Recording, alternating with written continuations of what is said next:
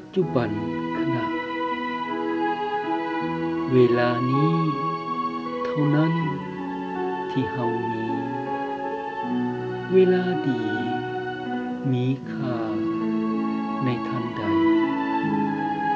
เวลาสงหมดตัวทั่วหรือไทยเวลาให้ผ่อนคลายได้สื่อสมเพราะที่แท้นิรันดร์การอยู่ที่นี่หาได้มี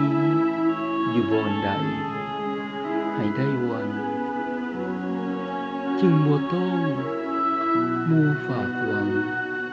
คืนละวันซึ่งบ่มันเป็นจริงได้สมไฟปอง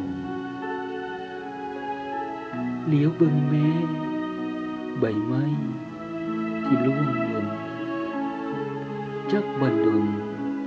หมุนขังให้ซ้ำใจก็เพราะว่าเวลานี้ที่สวรรค์ให้จึงให้ได้มีสุขสันต์มัน